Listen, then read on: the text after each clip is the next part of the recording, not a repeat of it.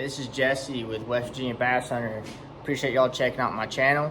Super stoked about today's video. Finally getting the Panoptix Livescope Plus by Garmin installed on my Native Slayer Max 10.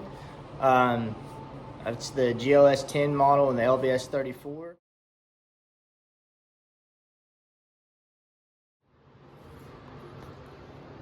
Alright, so we got our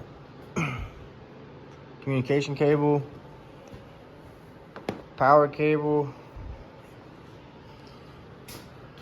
It's just ran through this hole right here.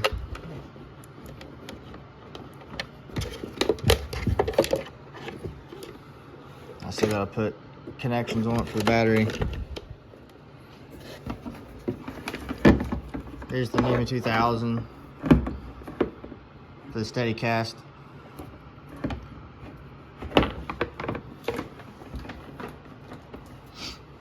Right now I've got I'm drilling an 1 3/8 hole. I'm gonna get a extra large through hole, yak attack through hole put there. Next thing we gotta do is get this transducer cable pulled. I'm just using a 1/2" PEX line, some Gorilla tape on the transducer connection.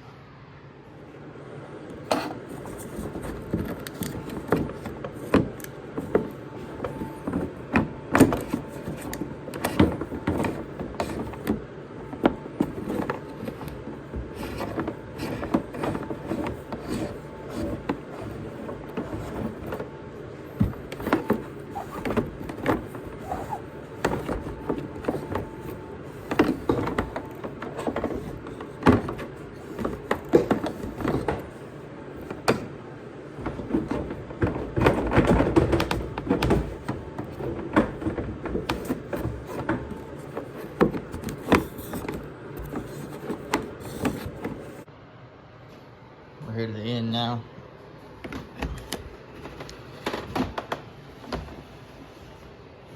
Just like that. I'm gonna tear the tape off.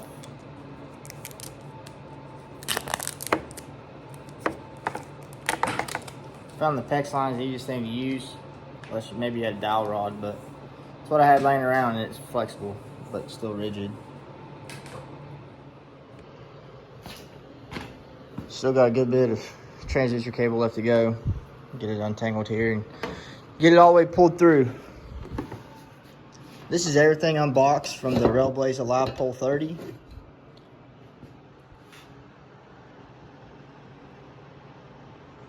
We're gonna start putting it together.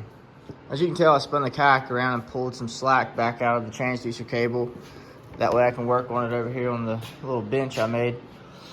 We gotta pull the parts out of for the transducer mount, and we gotta assemble it to the Railblazer rod. So we're gonna do that next. We got the Live Pole 30 all hooked up. The LBS 34 is mounted.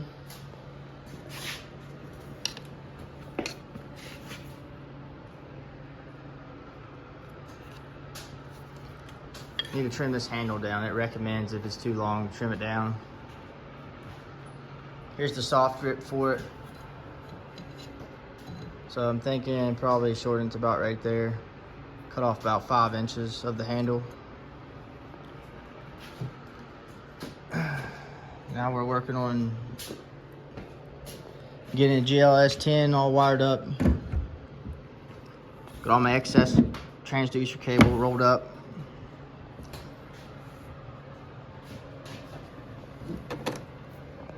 Extra large yak attack through hole. There's our power wire.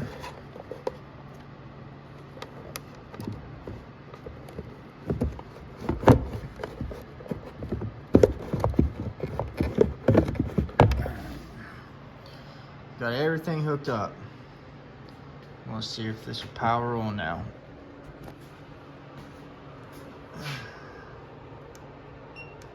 Alright, we just transferred the software update to my phone. Now we're about to download it from my phone to the fish finder.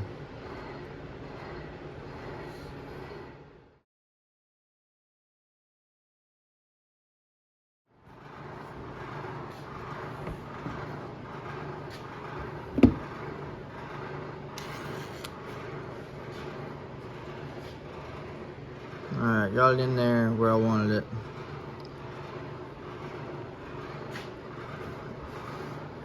Not the prettiest thing, but I still should be able to use my compartments.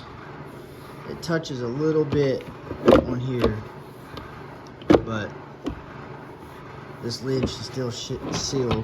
Seals on the outside, so that shouldn't affect that.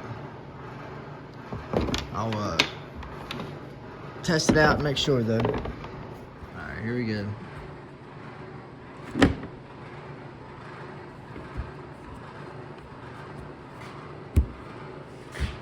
I think it's just the tension of the hinge. I don't think it's hitting anything.